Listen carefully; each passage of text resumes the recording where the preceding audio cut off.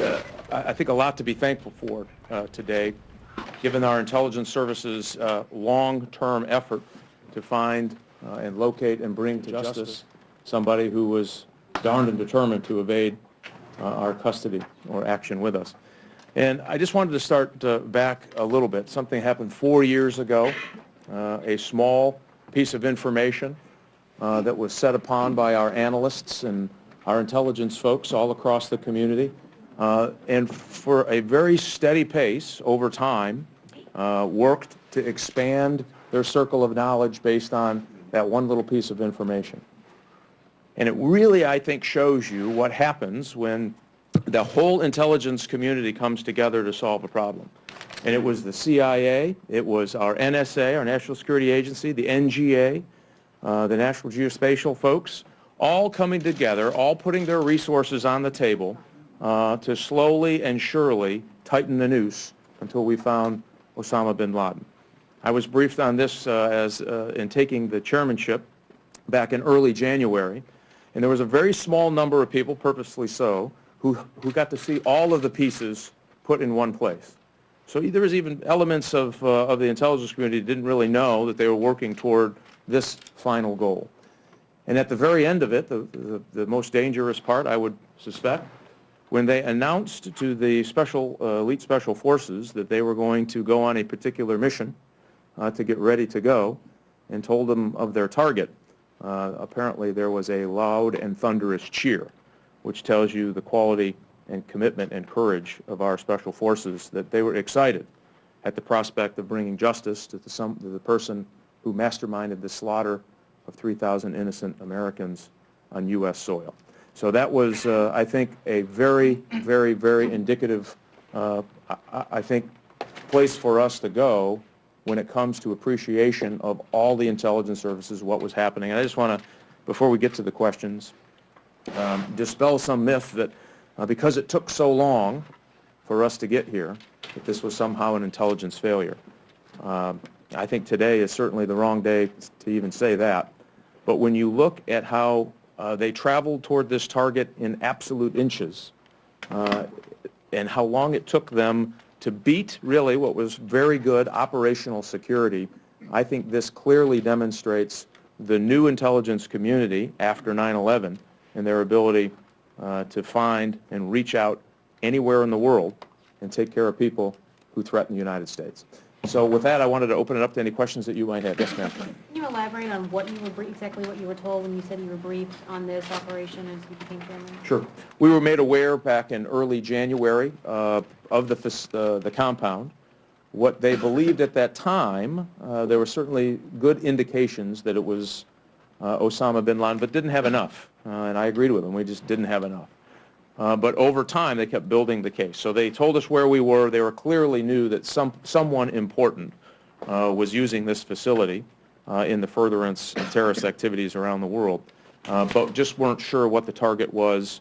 And, of course, going through the process of the difficulty of getting to the target was a whole other set of conversations that we had in the months that preceded that briefing. How do you characterize the United States relationship with Pakistan? There's been much said in the past 12 hours about, well, we couldn't have done this without some of Pakistan's, cooperation. Other people say, well, there's sort of two sects to the ISI.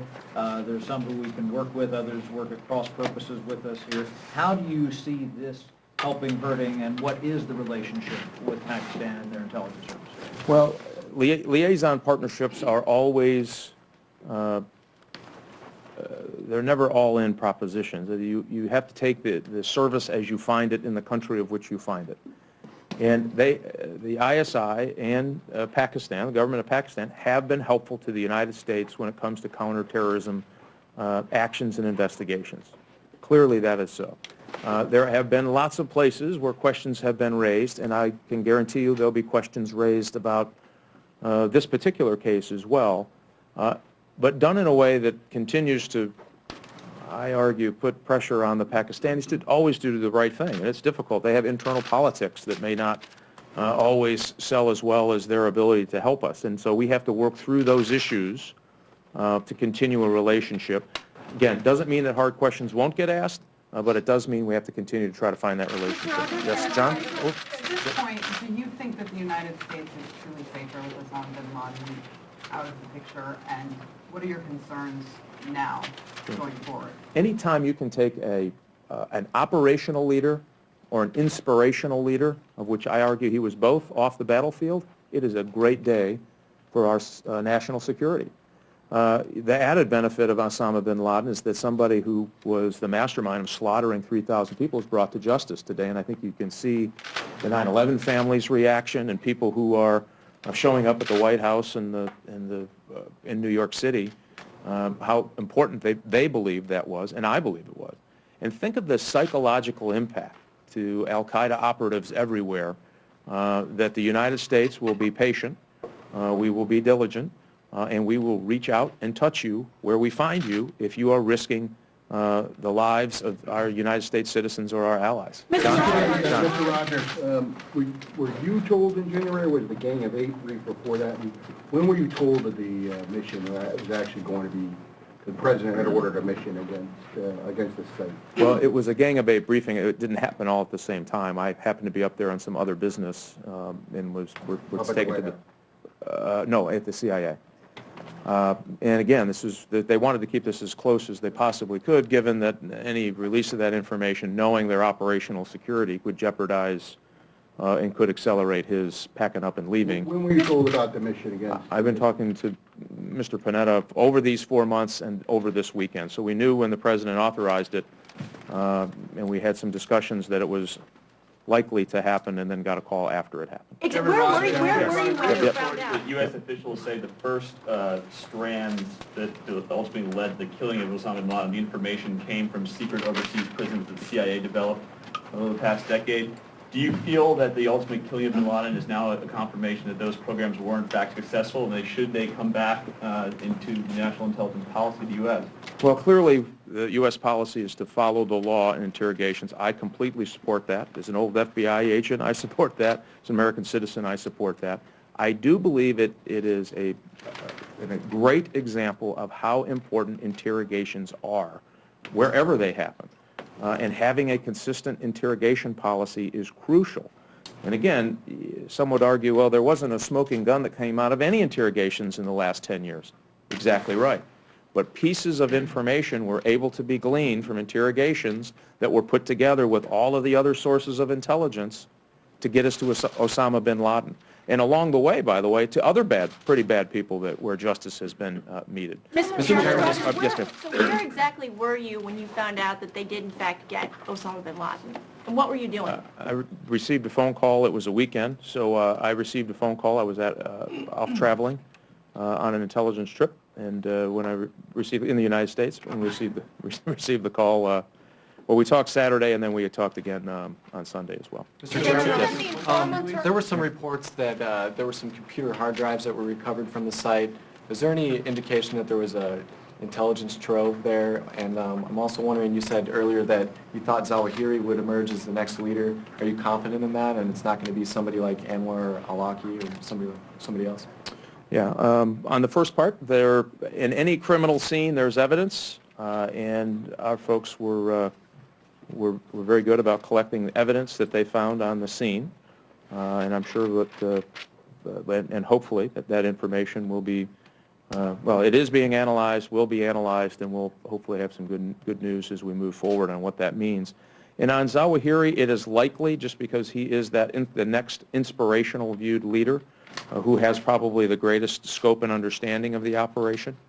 And it is likely to be him. Awlaki is an important player, but not a senior player in the al-Qaeda operation worldwide. That's why my speculation would be Zawahiri. Awlaki is incredibly dangerous, and it points to the very, very important that we stay vigilant on this, and that Yemen is an important front for us on the war on terror that we're watching closely. Yes, ma'am. Is it true that the informants were offered $20 million on this, and were they paid? No, I think I think that's been misrepresented. There were you know, the old wanted poster put up. You know, the $25 million for information leading to the arrest of of Osama bin Laden have been out there on the street for a long time, and I think there's some confusion. There was no direct money offered, other than there have been these rewards that have been posted for some time on if you provided information that you could get to Osama bin Laden or other certain members of Al-Qaeda, that you would be paid by the United States. There's been no determination that has done or is tied in to any reward due. Yes, ma'am. I was wondering about, what are your thoughts on perhaps releasing the photos of bin Laden? I think there's going to be a lot of talk about it. I think our liaison partners will have that opportunity to view those photos, and it's something that we're going to have to work through. I don't think that answer has been determined quite yet. We want to make sure that we maintain dignity, if there was any in Osama bin Laden, so that we don't inflame our problems other places in the world, and still provide enough evidence that people are confident that it was Osama bin Laden. Yes, ma'am. Rogers, you said that we have to work through things with Pakistan, but if it turns out that their intelligence agency knew that bin Laden was there and had known it for some time, do you really favor continuing an intelligence relationship with them? And I'd also like to know about U.S. aid to Pakistan, which has been in the billions of dollars. Sure. Do you favor continuing that? A lot of that was military aid, has been military aid. Well, again, I don't want to speculate if they did or they did not. I mean, we're going to ask those questions. I think Americans have the right to know that. I would like to know what they knew. But at the same time, we have to remember there are still equities that we have in Pakistan as it relates to our national security. We know there are some incredibly bad people there. There are, of the 20 senior leaders in Al-Qaeda, at least a dozen of them we believe to be traveling around Pakistan someplace. So it is incredibly important for us that we maintain a relationship so that we can pursue those targets that we know are posing a threat to the United States. And so that's a balance, and we'll have to work through it. The keeping a diplomat for 42 days, all of those things, there's been some speculation in the past about release of information to bad guys through their ISI. All of those things remain a tension for the United States and Pakistan. We hope that we can work our way through it. Doesn't mean we're not going to ask hard questions. Yes, ma'am. Mr. Chairman, what do you make of the Obama administration's continued assertion that the Bush administration took the ball off of Osama bin Laden by going into Iraq, and it's only coming back and re-emphasis in Afghanistan and Pakistan that they've actually finally caught bin Laden? And also, when was the decision made to bury the body at sea? Was that a Bush administration plan that continued on, or? Well, first of all, the information started on this 4 years ago. It was clearly in the Bush administration. I don't draw the nexus between going into Afghanistan and Iraq and not being able to get bin Laden. The reason we had such difficulty is because of his operational security, the way he conducted himself and operated. I mean, think about this. It's $1 million compound plus, which is outlandish by that region of Pakistan, that was built to repel any operation that happened just as it happened. No internet connectivity. They would use cutouts to cutouts, meaning they'd have people who met people they didn't know to deliver a message to another person they didn't know, who eventually worked its way back to Osama bin Laden. It is a very tricky business indeed, and we don't get to walk around every place we want in the world knocking on doors, doing an FBI-style investigation about where is somebody. And so that was the challenge here, and that's why I think we shouldn't, people who want to find blame today, I think, are misplaced in the sense that when you look at the incredible undertaking of the analysts, of the operators, the case officers in the CIA, of the folks at the NSA who got just little snippets, little tidbits, and put it all in one place and started drawing that news. This was an incredible operation that I argue few countries in the world, if any, could do. What about burial at sea? Yes. Sorry, burial at sea, sir?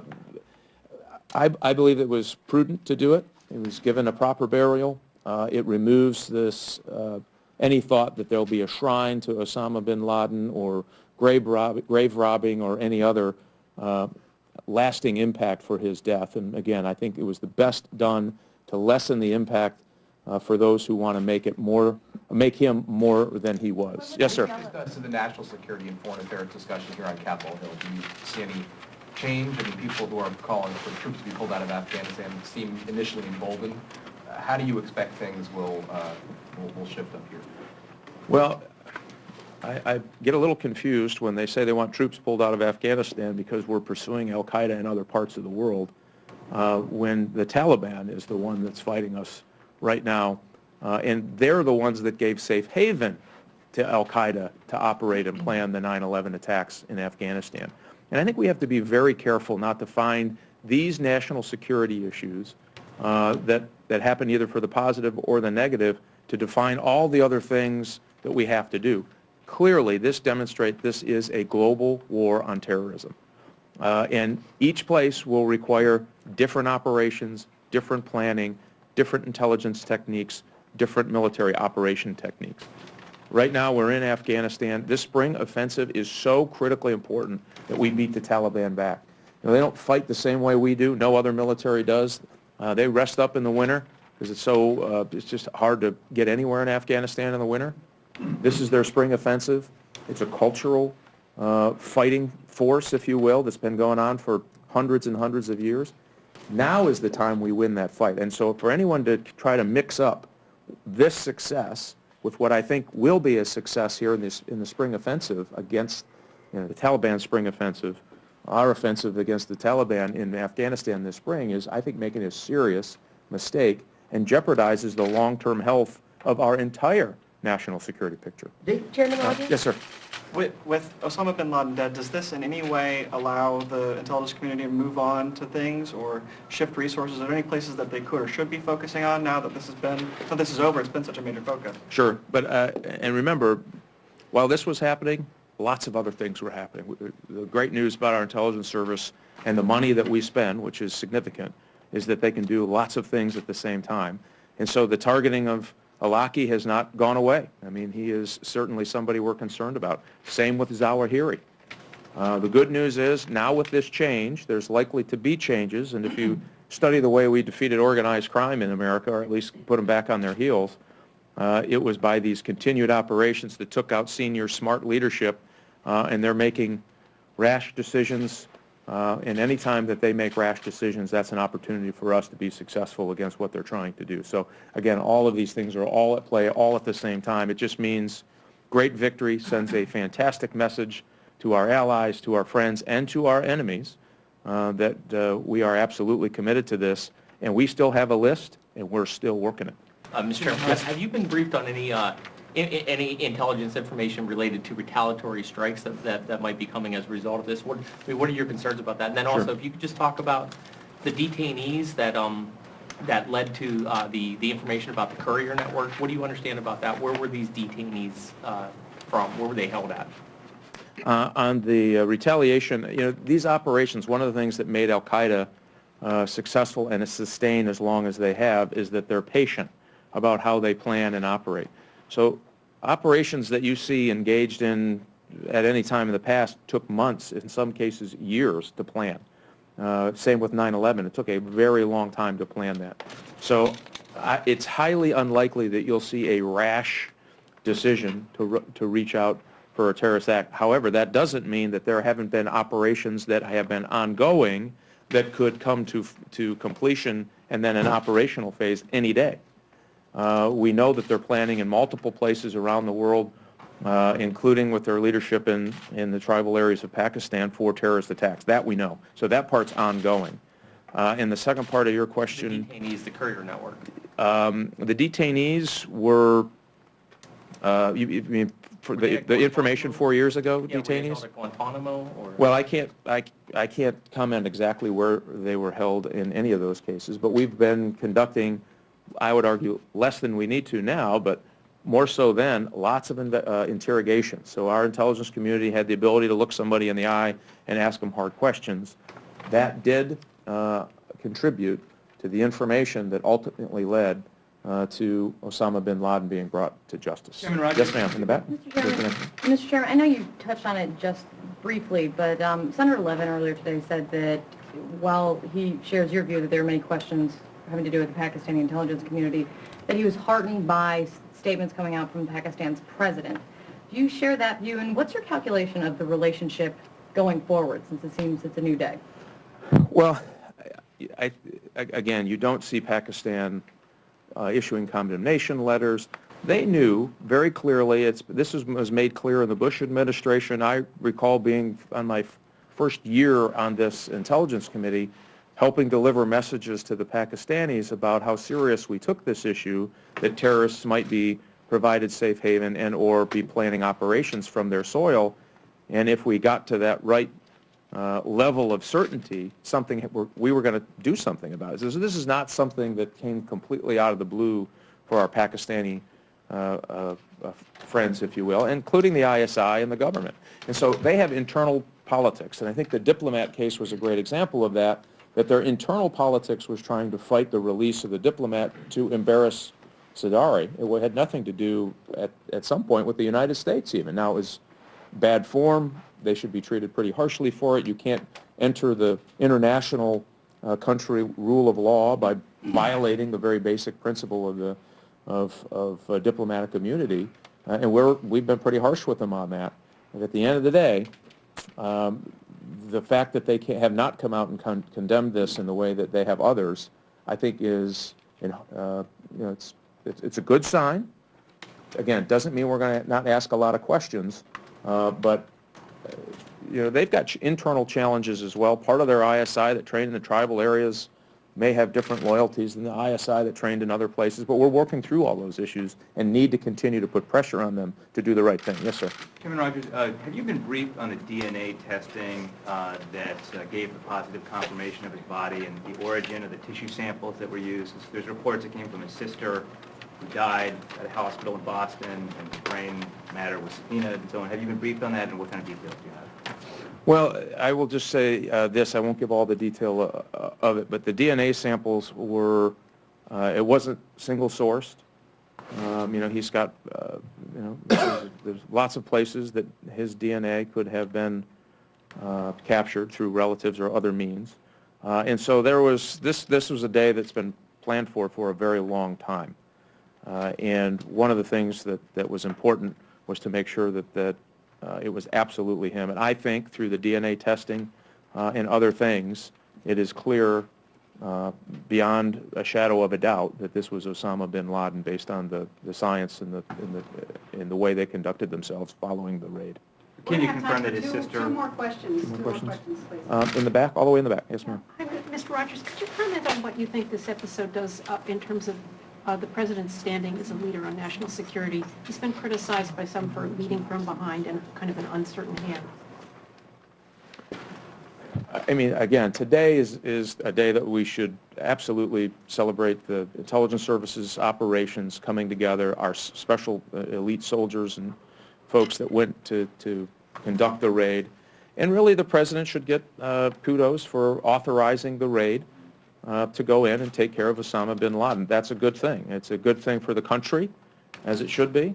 I thought it was a good thing for our standing internationally on our national security front. That being said, there's a lot of issues that we're going to have conversations about to make sure that the nation's national security interests are met. And I don't believe the president will do this, but you don't want to use this as if this is your national security policy, we're in a lot of trouble.